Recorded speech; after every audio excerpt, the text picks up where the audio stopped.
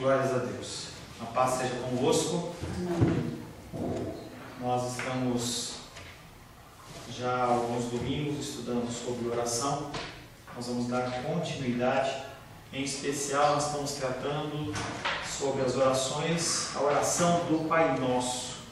Nós temos visto que os apóstolos, eles solicitaram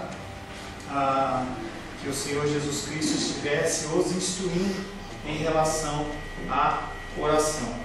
Nós falamos que quando você adentra a família de Deus, você passa a fazer parte de um grupo que ele não há a universalidade da salvação, não há o conceito de que todos somos irmãos, mas que na verdade nós somos criaturas de Deus, e a partir do momento em que o Senhor, Ele, pela sua graça imerecida a nós, Ele nos convida, Ele nos aceita através do sacrifício de Cristo, nós passamos a fazer parte de uma família.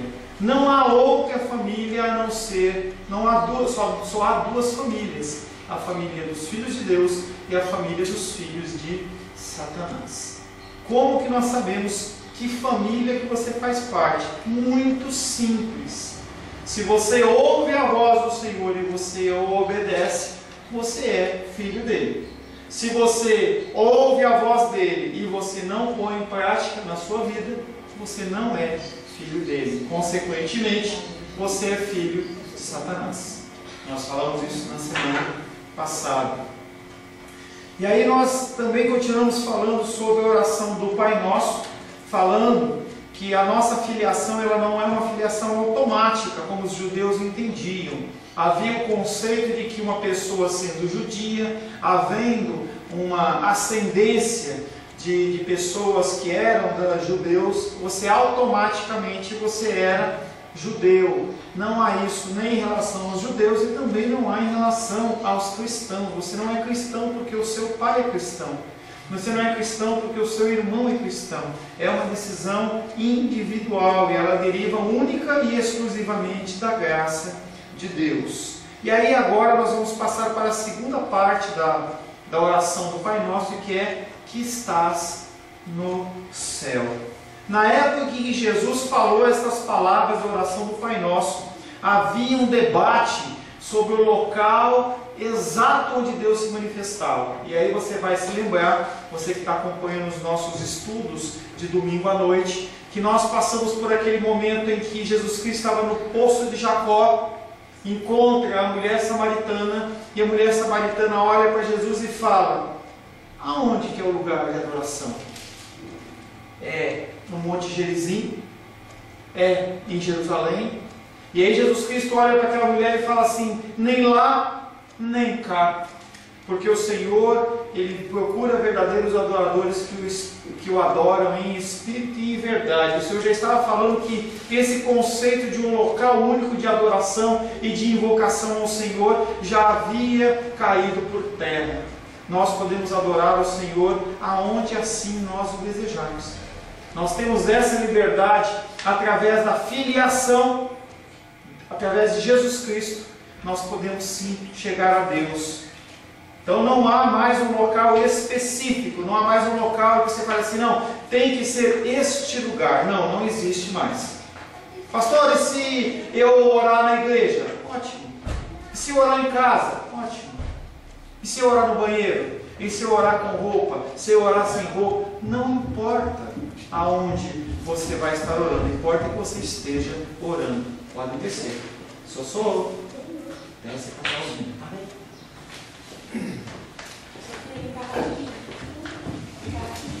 Tem aqui uma pausinha. Gabriel pode descer, Bem pode descer, peguem as Bíblias. Eu esqueci da Bíblia. Glória a Deus. Veia. Paz. O Deus a quem nós nos dirigimos está acima e além dos limites finitos deste mundo. Nós não somos, Deus não é limitado pelos nossos limites. Quando você pensa em Deus, você tem que pensar num Deus que Ele é grandioso, mais do que você pode pensar ou imaginar. Pai nosso que estais no céu. A frase inicial da oração do Pai Nosso nos apresenta uma pequena tensão. Embora nos aproximemos do Senhor numa atitude de intimidade, tratando Ele por Pai, há ainda um elemento de separação que chama-se pecado. Nós temos acesso a Deus, mas nós não temos um acesso direto, nós temos um acesso intermediado pela figura de Jesus Cristo. Podemos nos achegar a Deus e chamá-lo de Pai, mas esse relacionamento filial não nos permite o tipo de familiaridade que conduz a um desrespeito. E o ser humano, ele tem essa confusão na cabeça, essa tensão. E aí você acha que porque você tem um amigo seu, você tem um pouco mais de liberdade, você pode fazer algum tipo de brincadeira com ele, e você realmente o faz. Eu sou uma pessoa que brinco bastante. Pessoas que me conhecem fora do meio eclesiástico, sabe que eu brinco, o Sebastião está ali, eu pego no joelho do irmão Cláudio, eu sempre estou fazendo uma brincadeira. Mas quando nós falamos em relação a Deus, essa atitude de intimidade nesse porte, ela não é permitida. Ele é um Deus que Ele é santo, santo, santo. E nós temos que entender que o nosso Deus deve ser tratado dessa maneira. Devemos nos achegar a Ele com ousadia, sim, mas nunca com arrogância. Nunca com arrogância.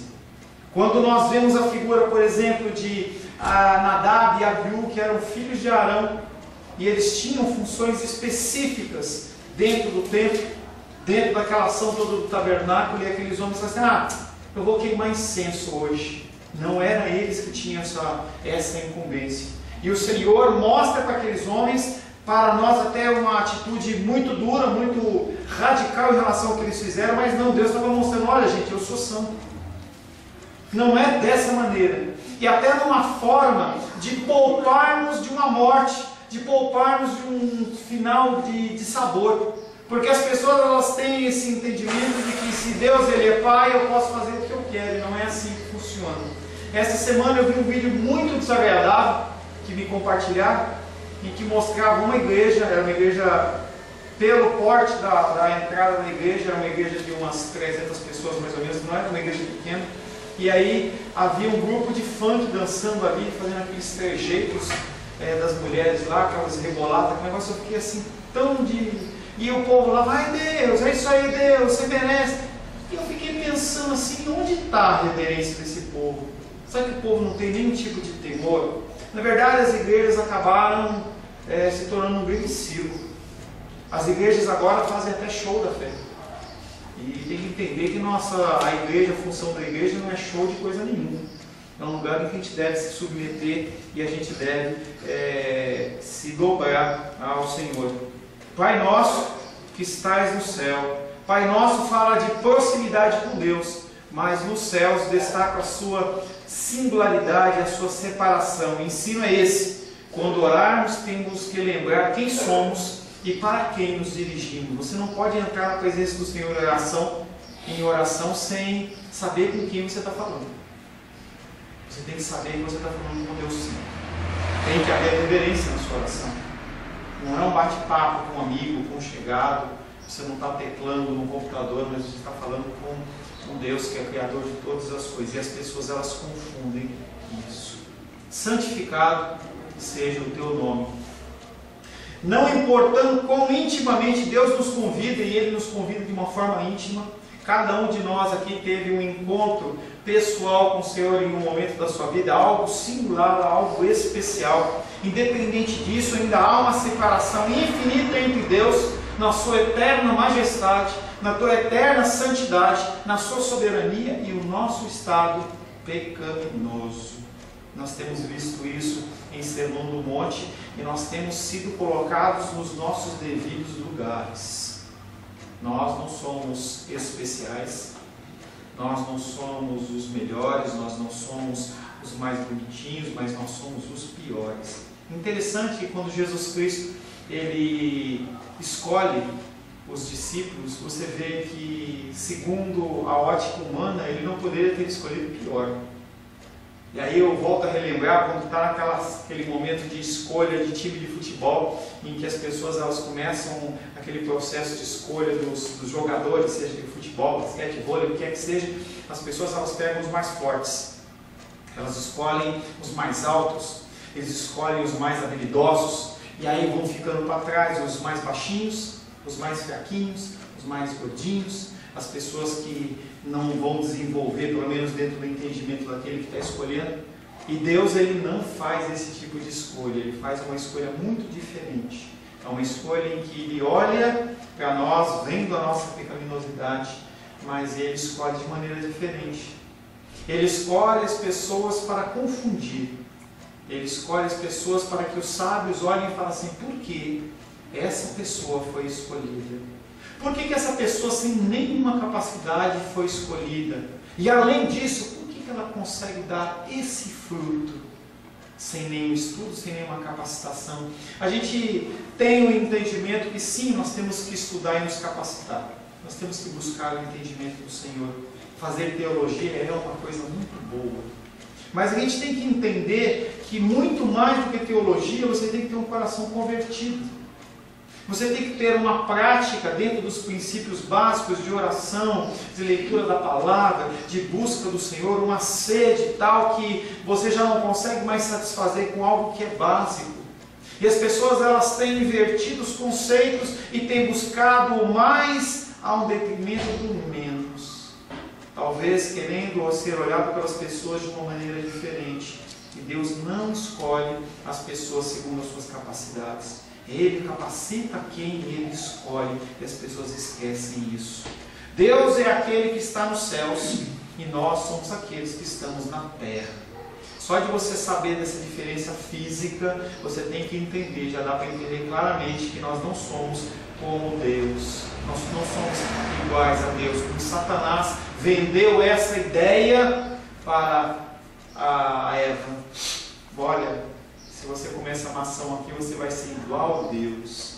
Nunca nós vamos ser iguais a Deus. Às vezes, eu me pego pensando como vai ser na eternidade.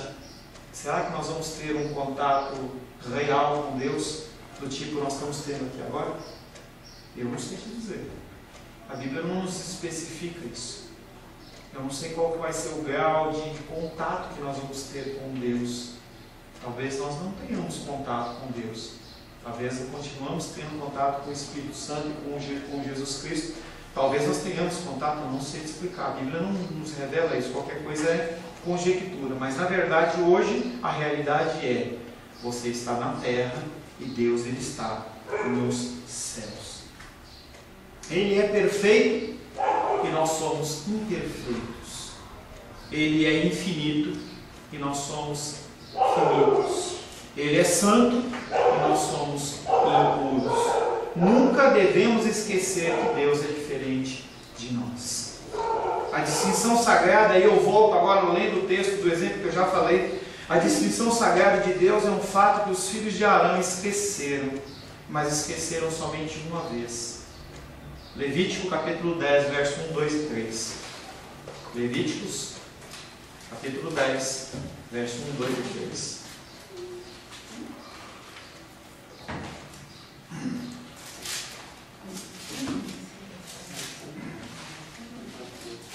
Nos céus ou no céu? Ele está no céu. Nos céus. Céus? Céus porque cosmos.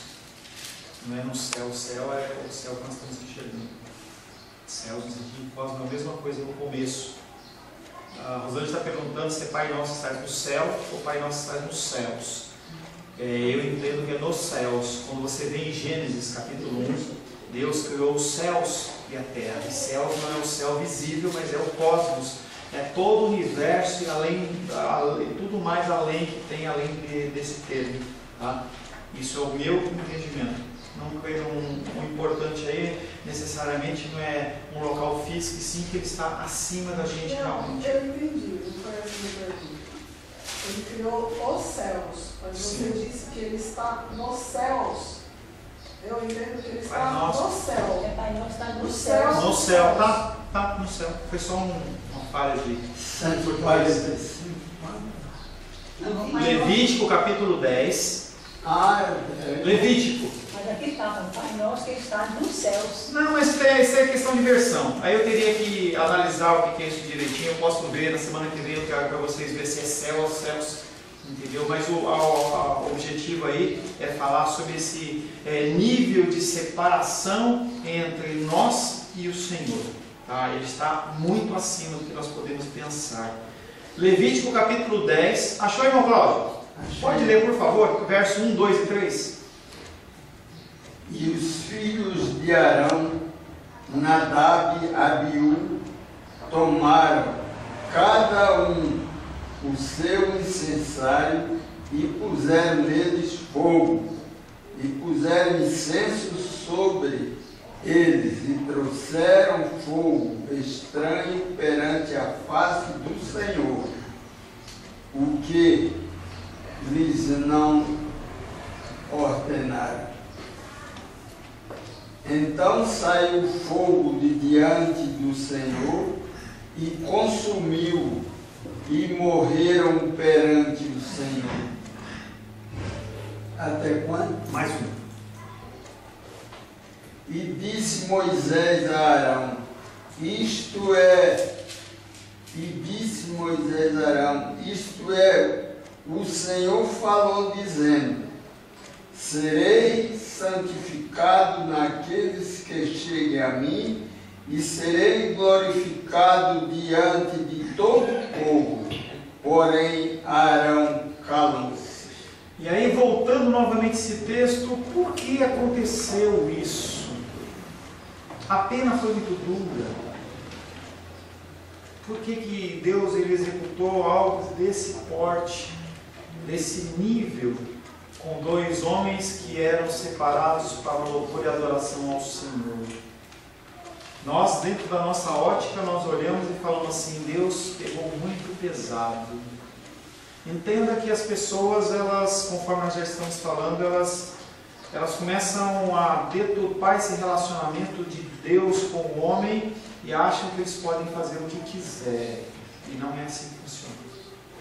Em especial, na casa do Senhor, nós temos visto coisas abomináveis. Eu nunca pensei que eu fosse falar de coisas que a gente vê na casa do Senhor como abomináveis.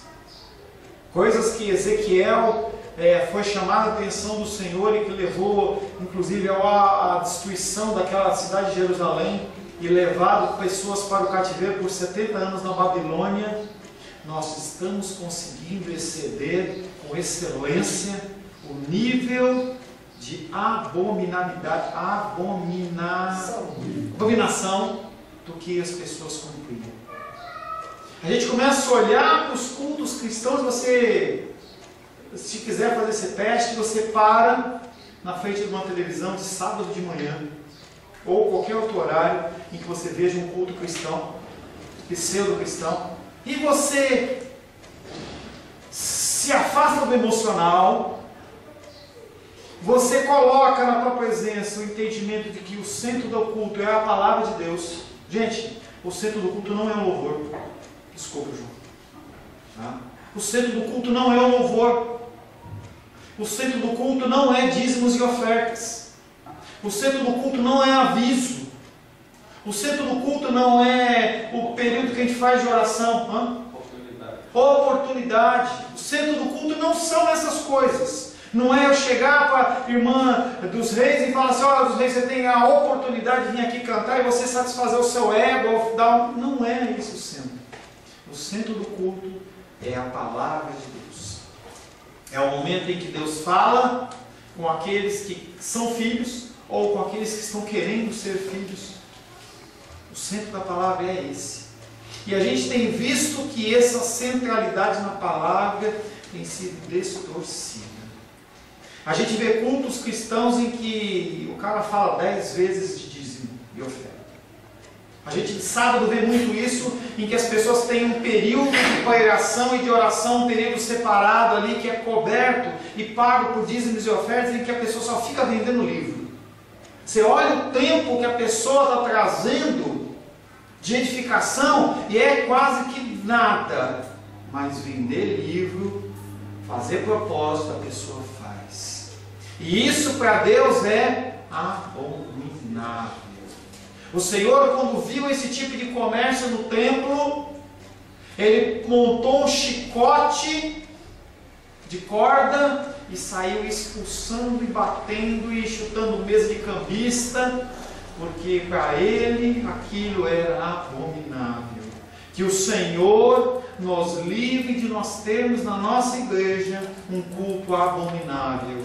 Que o Senhor livre você de oferecer adoração ao Senhor de uma forma abominável. Isso desvirtuou de vez com uma palavrinha americana chamada gospel. Tudo é gospel. Tudo você pode fazer. Você tem toda a oportunidade. Você quer dançar, você dança. Você quer pular, você pula. Você quer rodar, você roda. Tem pessoas líderes que tiram as cadeiras e montam um tatame no lugar do culto. E aí dentro do culto o membro troca soco com o pastor e está tudo certo. Culto gospel. Nadab e Abiú acharam que eles poderiam oferecer qualquer adoração ao Senhor e eles estão muito enganados. Você acha que você pode oferecer adoração do jeito que você quer, você está muito enganado.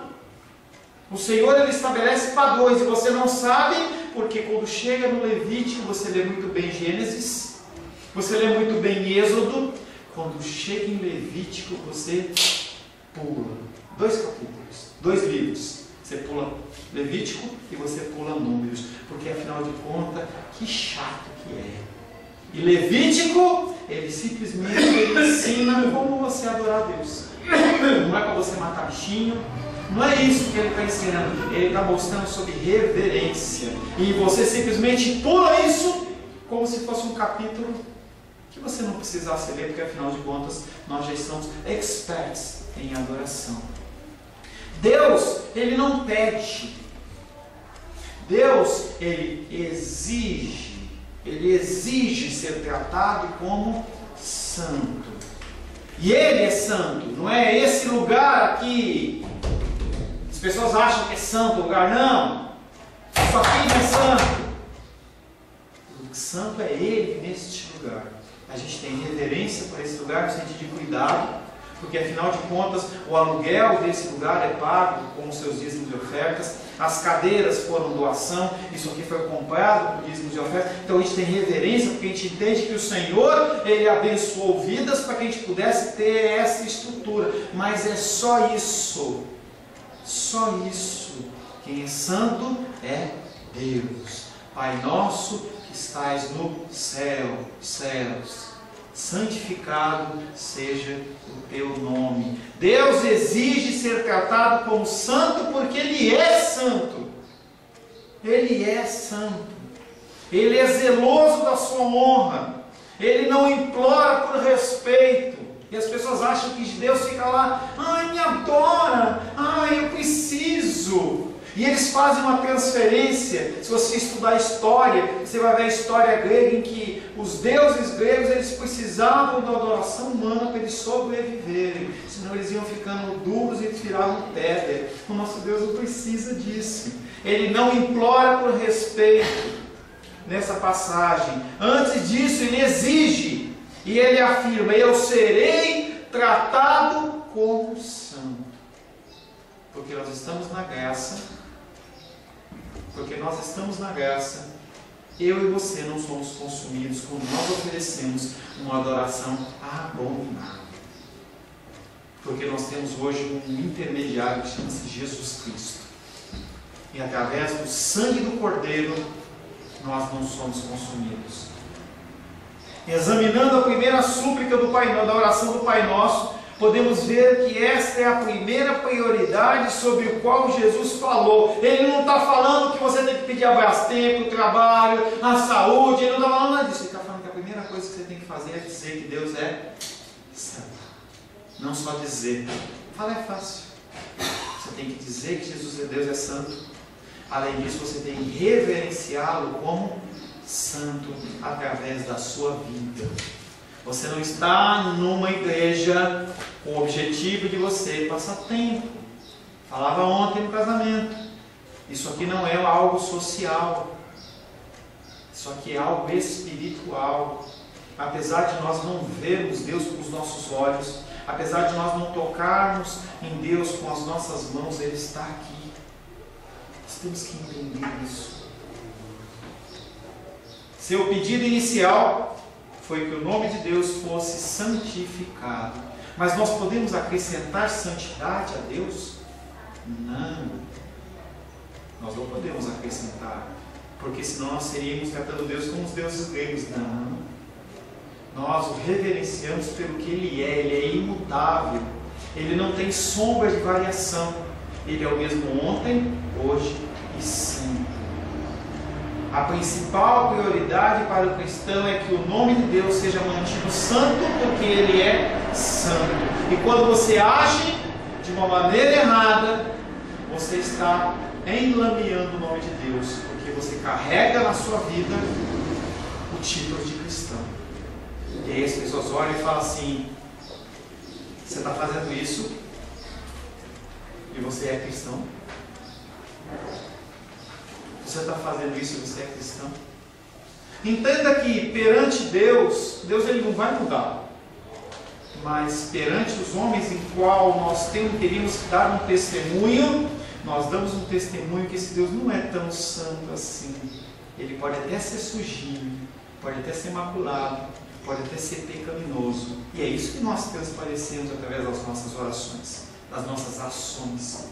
Imagina que você colocou um adesivinho no teu carro, isso é propriedade de Jesus, e você não está lá no trânsito e você xinga o cara. Aí o cara olha o adesivinho, pô, o cara é crente.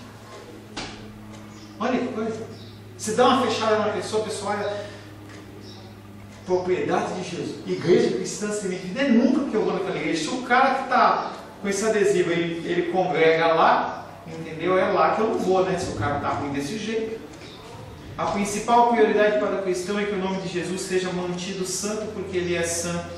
Se esse fosse o único pedido de oração que a comunidade cristã sempre fizesse, e se os cristãos o fizessem com regularidade e sinceridade, eu suspeito que o avivamento que a gente tanto deseja já tinha acontecido.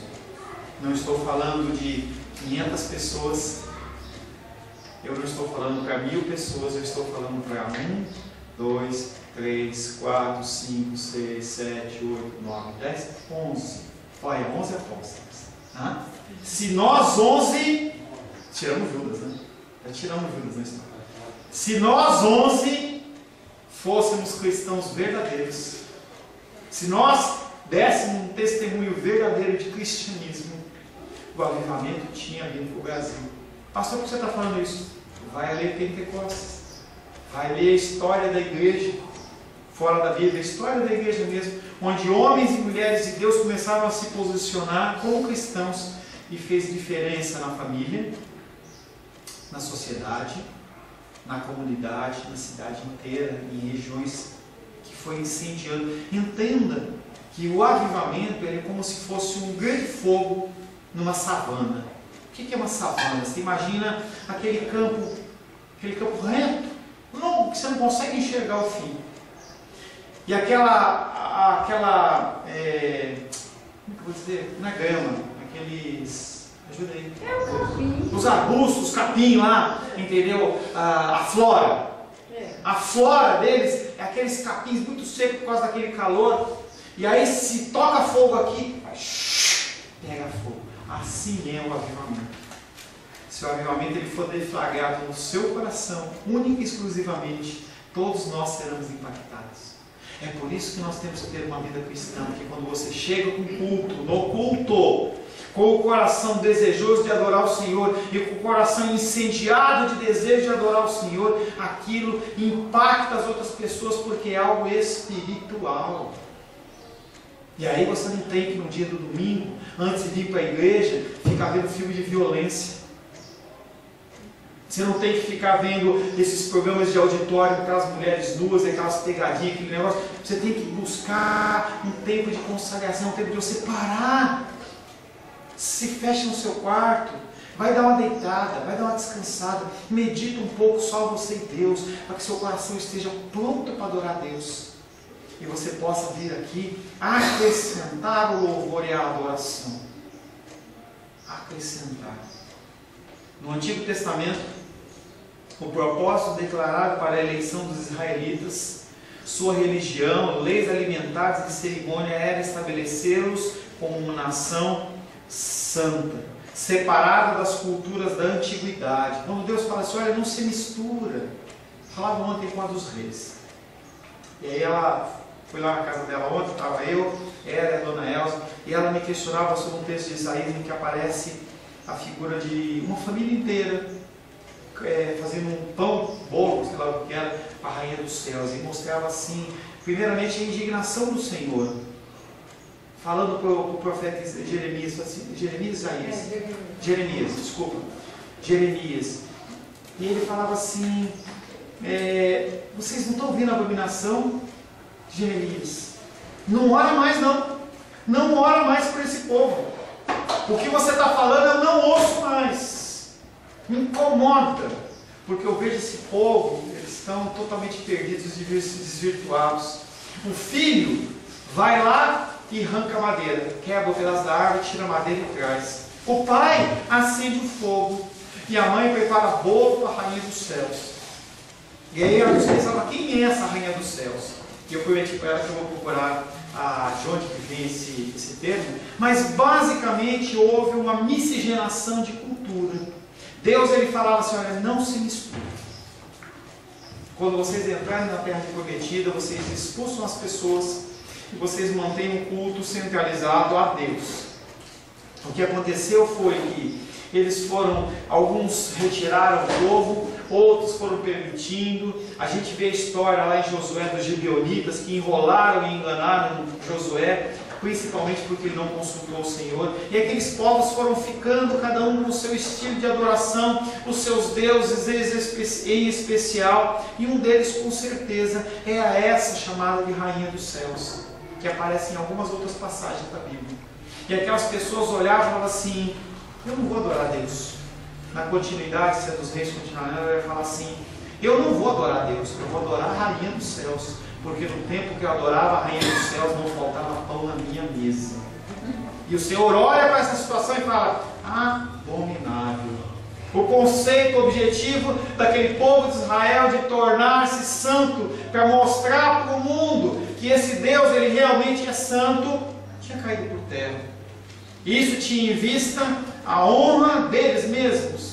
Será que Deus estava querendo que eles fossem santos, para que eles fossem honrados? E as pessoas olhassem e falassem assim, nossa, como os israelitas eles são santos. Não é isso o objetivo. O objetivo não é que as pessoas olhem e falem assim, nossa, como a Rosália é santa, né? Como a lua é santa. Não é isso o objetivo. As pessoas têm que olhar e falar assim, esse estilo de vida que A, B, C, D, Beltrano e Ciclano vivem, ele é um estilo de vida realmente abençoado. Não tinha em vista a honra a Deus, a honra de Deus, ou melhor, desculpa, os israelitas não tinham em vista a honra de Deus. A honra de Deus tem de se tornar uma obsessão, e essa palavra é forte porque o objetivo é esse. Você tem que entender que o propósito da sua vida não é ser feliz. O seu propósito da sua vida é adorar a Deus. Falava com alguém essa semana exatamente sobre isso. A pessoa olhava para mim e falava assim, mas eu não sei o que Deus quer para mim. Eu não sei se Deus quer que eu faça A, B ou C. O que Deus quer é que você glorifique a Ele em todas as suas coisas. Comece com as coisas básicas. Comida, bebida. Você precisa comer exageradamente como você come?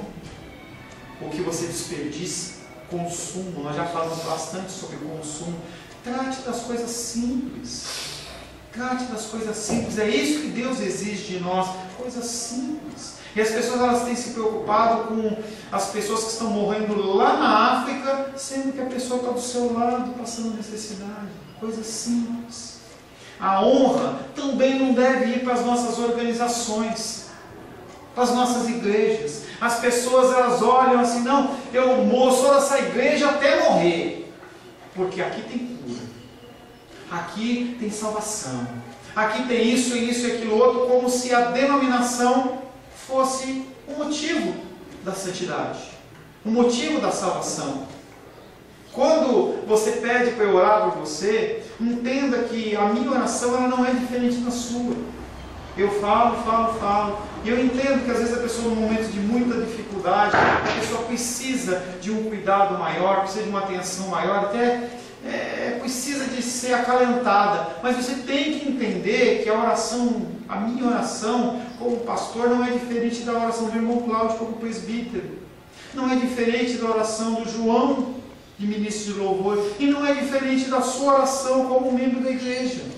Não há diferença. Porque a ação é de Deus. Deus ele tem os seus pré-desígnios, as suas pré-determinações, e Ele utiliza-nos como instrumentos. Hoje Ele está me utilizando como instrumento aqui na presença de vocês. Amanhã pode ser você. Que isso, pastor? E as pessoas elas acham que as denominações, os títulos, os líderes, eles são aqueles que têm que ser honrados, e não são. Quando a pessoa começa com esse tipo de conversa, ela está a um passo da queda. A honra não deve ir para as nossas organizações, as nossas denominações, o nosso modo de culto nas nossas igrejas, mas somente para Deus.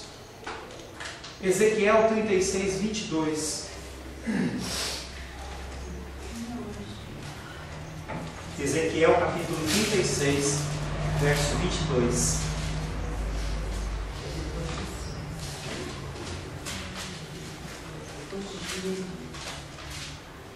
Ezequiel 36, verso 22.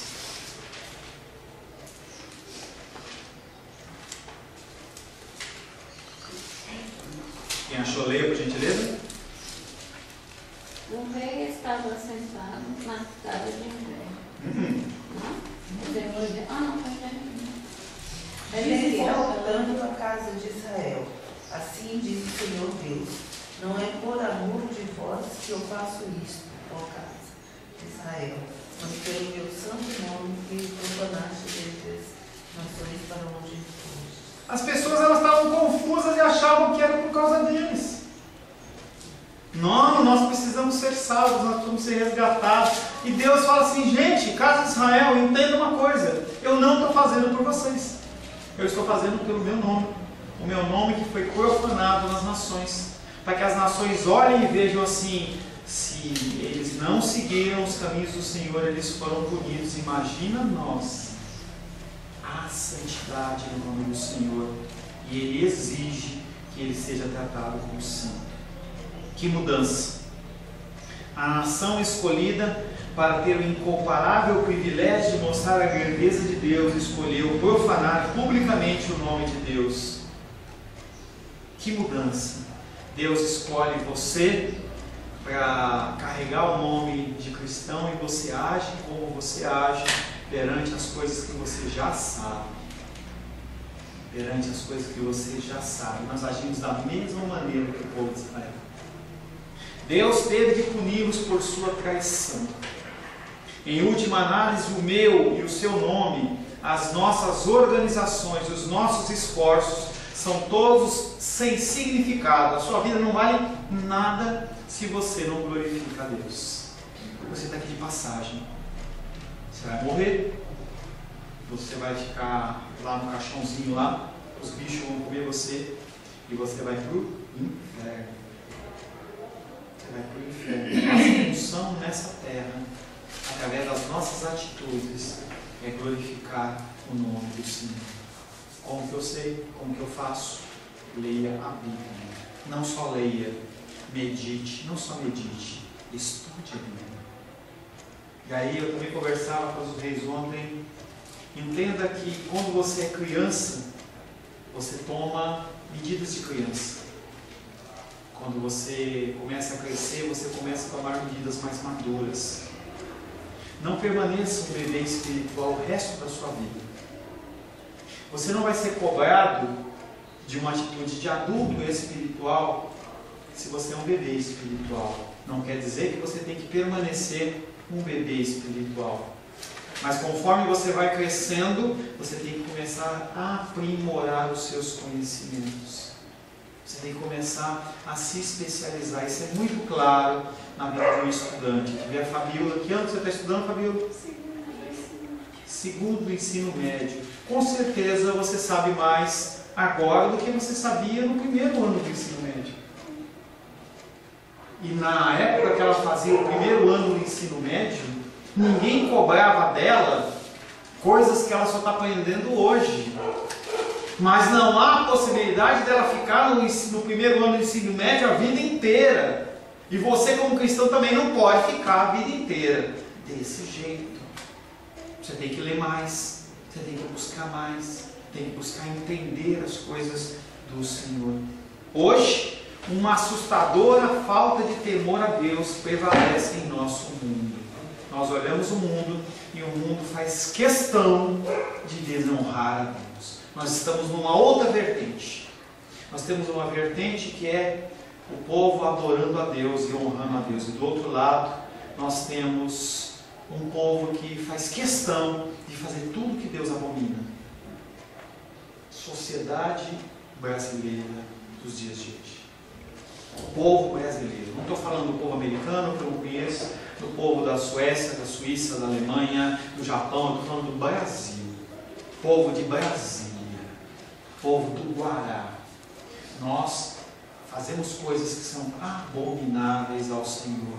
Pastor, o senhor está falando para as pessoas do mundo? Eu falei, não, eu estou falando para você e para mim. As nossas atitudes, o nosso viver, o nosso falar, o nosso pensar, as nossas ações e as nossas omissões revelam a nossa reverência a Deus. Hoje, uma assustadora falta de temor a Deus prevalece em nosso mundo. Contudo, a principal prioridade que Jesus estabeleceu é que o nome de Deus seja santificado, honrado e exaltado. Pai nosso, que estais no céu, santificado seja o teu nome. Feche seus olhos. Senhor, em nome de Jesus, queremos louvar, adorar e bendizer o teu santo nome nesta manhã, pedindo ao Senhor que o Senhor nos perdoe mais uma vez. Temos agido não conforme a tua palavra, não conforme o teu querer, não conforme a tua vontade. Pedimos perdão ao Senhor, Pai, porque não temos glorificado o teu santo nome.